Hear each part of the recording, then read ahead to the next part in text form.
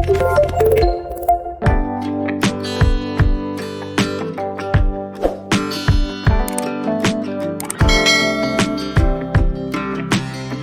का हमारा topic taxonomical aids है। अभी तक हमने क्या पढ़ा था? जितने भी ऑर्गेनिजम्स थे, जितने भी लिविंग बीइंग्स थे, उनके कैरेक्टर्स के बारे में पढ़ा था, उनके क्लासिफिकेशन के बारे में हमने 1 बाय 1 पढ़ा, उनको किस तरीके से हमने क्लासिफाई किया है इसके बारे में पढ़ा है। सबसे हायर कैटेगरी में आते हैं, तो जैसे कि kingdom, phylum, class, order, family, genus and then species, यानी कि सबसे स्मॉलेस्ट कैटेगरी हमारा स्पीसीज है।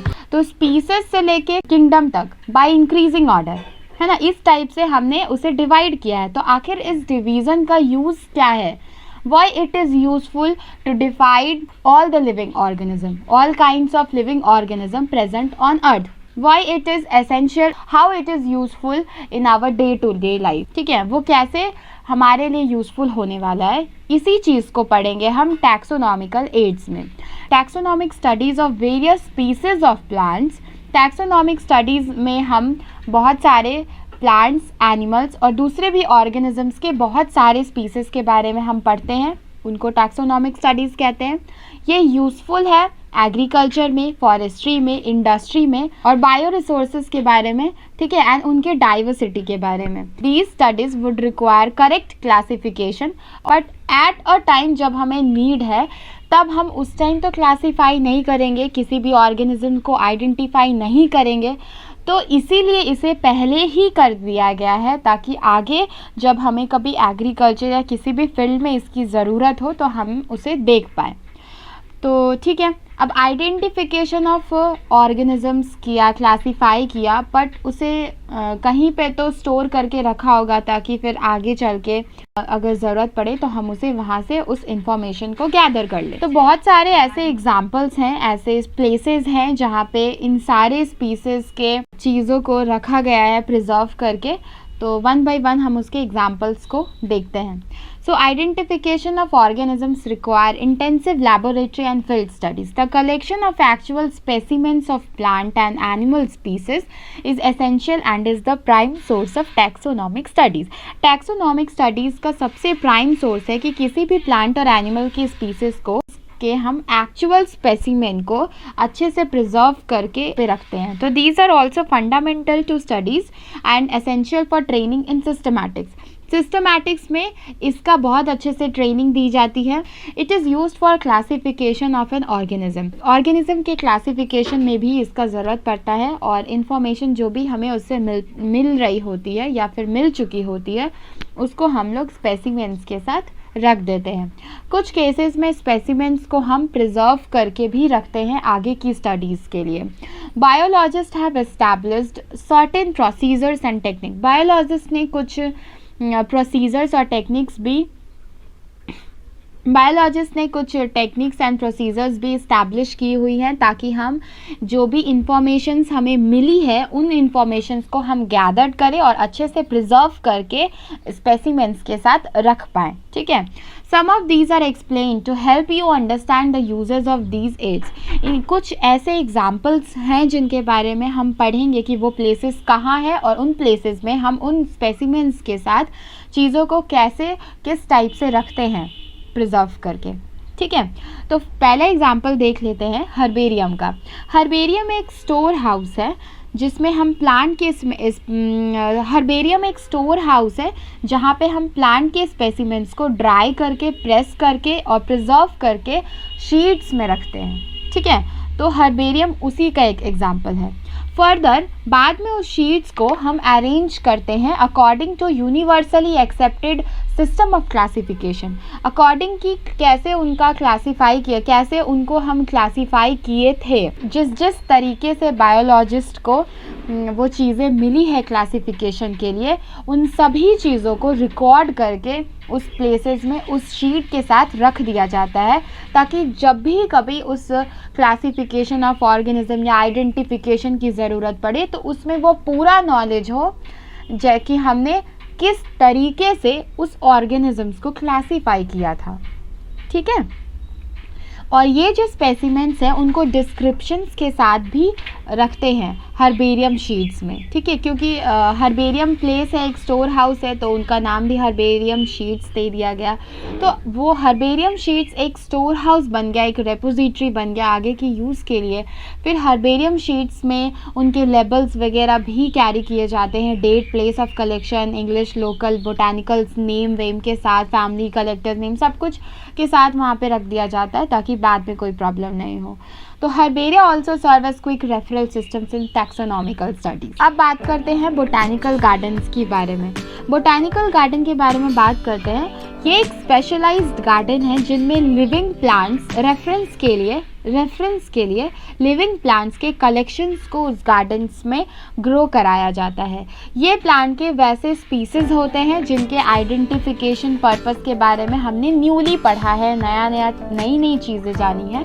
तो हर एक प्लांट्स को हम लेबल करके इंडिकेट करके रख देते हैं, उनका botanical name with scientific name और इट्स फैमिली, सारा कुछ। फेमस बोटानिकल गार्डन्स एक क्यू में है जो इंग्लैंड में है, एक Indian botanical garden Howrah India में है, ठीक है, और एक नेशनल बोटानिकल रिसर्च इंस्टीट्यूट जो NBRI लखनऊ इंडिया में है। मैं तो अभी तक विजिट नहीं की हूँ बोटानिकल गार्डन, इन सारे बोटानिकल गार्डन्स में, बट आपको मौका मिले तो बिल्कुल वहाँ पे जाओ, उनके बारे में थोड़ा बहुत देख लो, क्योंकि कहीं पे भी विजिट करते हैं तो हमें चीज़ें ज़्यादा प्रैक्टिकल रूप में समझ में आती है, ठीक है। मौका मिले तो ज़रूर विजिट करना इन सारे बोटानिकल गार्डन्स में, it's gonna be very helpful to you. So next museum के बारे में बात करते हैं। Biological museums are generally setup in educational institute such as schools and colleges. Biological museums को एजुकेशनल इंस्टीट्यूट्स में भी एज अ स्कूल कॉलेजेस में भी सेटअप कराया गया है। तो म्यूजियम्स क्या है? Museums, biological museum is having a set of collections of preserved plant and animal specimens for study and reference। किसी भी रेफरेंस या फिर स्टडी के लिए हम म्यूजियम्स में प्लांट्स और एनिमल्स के स्पेसिमेंट्स को प्रिजर्व करके रखते हैं ताकि हम उसके बारे में पढ़ सकें। स्कूल्स और कॉलेजेस में इसलिए रखे जाते हैं ताकि टीचर्स बच्चों को उनके बारे में समझा सके, ठीक है, क्योंकि अगर बायोलॉजिकल म्यूजियम है तो बायोलॉजिकल फील्ड के बच्चे हैं तो उनको इनके बारे में तो जानना होगा। तो इसीलिए लैबोरेटरीज वगैरह, म्यूजियम्स वगैरह होते हैं ताकि इन सारे स्पीसीज को रखे जाए एंड बच्चों को दिखाया जाए, उनके बारे में कुछ उनके इंफॉर्मेशंस को बताया जाए, इसलिए कॉलेजेस और स्कूल्स में रखे जाते हैं। और ठीक है, so specimens are preserved in containers. Specimens को कंटेनर्स या किसी जार में प्रिजर्वेटिव सॉल्यूशंस के साथ रखा जाता है। प्लांट और एनिमल स्पेसिमेंट्स में also preserved as dry specimens. Plant और एनिमल के स्पेसिमेंट्स को हम प्रिजर्व करके यानी कि ड्राई करके रखते हैं। तो insects are preserved in insect को हम इंसेक्ट बॉक्सेस में प्रिजर्व करके रखते हैं। आफ्टर कलेक्टिंग के बाद उसे किल एंड पिनिंग के बाद उसे प्रिजर्व करके रखा जाता है इंसेक्ट को इंसेक्ट्स बॉक्सेस में।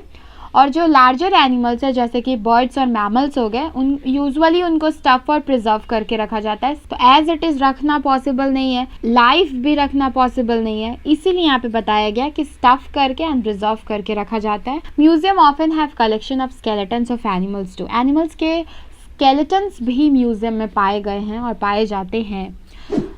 नेक्स्ट, जूलॉजिकल पार्क्स के बारे में बात कर लेते हैं। These are the places where wild animals are kept in protected environments under human care and which enable us to learn about their food habits and behavior। zoological parks ये वो places है जहाँ पे wild animals को हम protected environment में human care के under रखते हैं, ठीक है।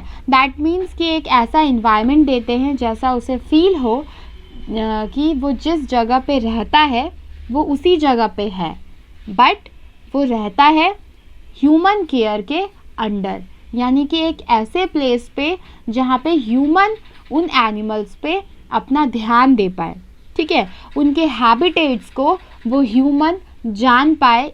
और इसीलिए ऐसे इन्वायरमेंट्स को रेडी किया गया है जो ह्यूमन के लिए भी प्रोटेक्टेड हो और एनिमल्स के लिए भी प्रोटेक्टेड हो, ठीक है।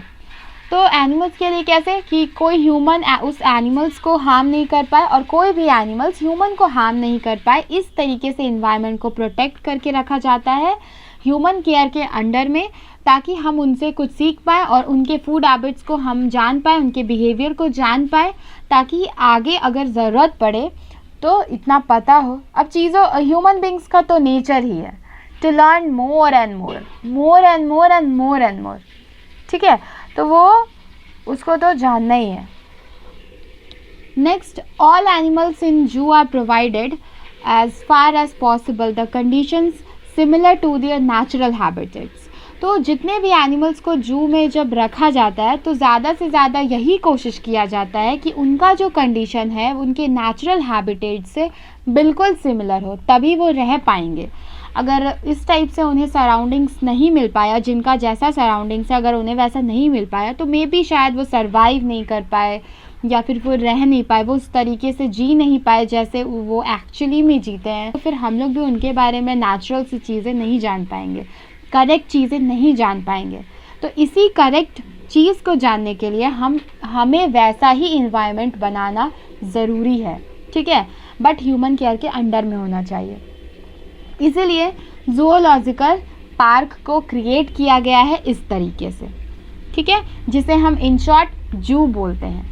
Children love visiting these parks. बच्चे बहुत पसंद करते हैं ऐसे पार्क्स में जाना, क्योंकि उन्हें एनिमल्स, एक अलग टाइप के लिविंग ऑर्गेनिजम्स को देखने का उन्हें पास से मौका मिलता है विद सेफ्टी के साथ, इसलिए बच्चे यहाँ जाना ज़्यादा पसंद करते हैं जूलॉजिकल पार्क, जहाँ पे एनिमल्स होते हैं एंड अलग टाइप के, अलग काइंड के लिविंग ऑर्गेनिजम्स होते हैं। कि एक अनदर टैक्सोनॉमिकल एड है जिसका यूज़ प्लांट्स और एनिमल्स के आइडेंटिफिकेशन पे किया जाता है।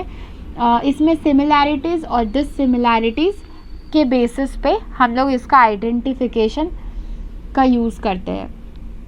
ये जो कीज़ है, the keys are based on the contrasting characters generally in a pair called couplet. Keys में ये देखा जाता है कि उनके कैरेक्टर्स में कितना कॉन्ट्रास्ट आया हुआ है इन अ पेयर वाइज देखते हैं। पेयर को यहाँ पे कूपलेट कहा गया है। It represents the choice made between two opposite options। ये रिप्रेजेंट करता है कि दो अलग अलग ऑप्शंस के चॉइस को बनाए। This results in acceptance of only one and rejection of the other। Each statement in the key is called a lead। की के हर एक स्टेटमेंट को लीड कहा गया है। Separate taxonomic keys are required for each taxonomic category such as families, genus and species for identification purposes। Keys are generally analytical in nature।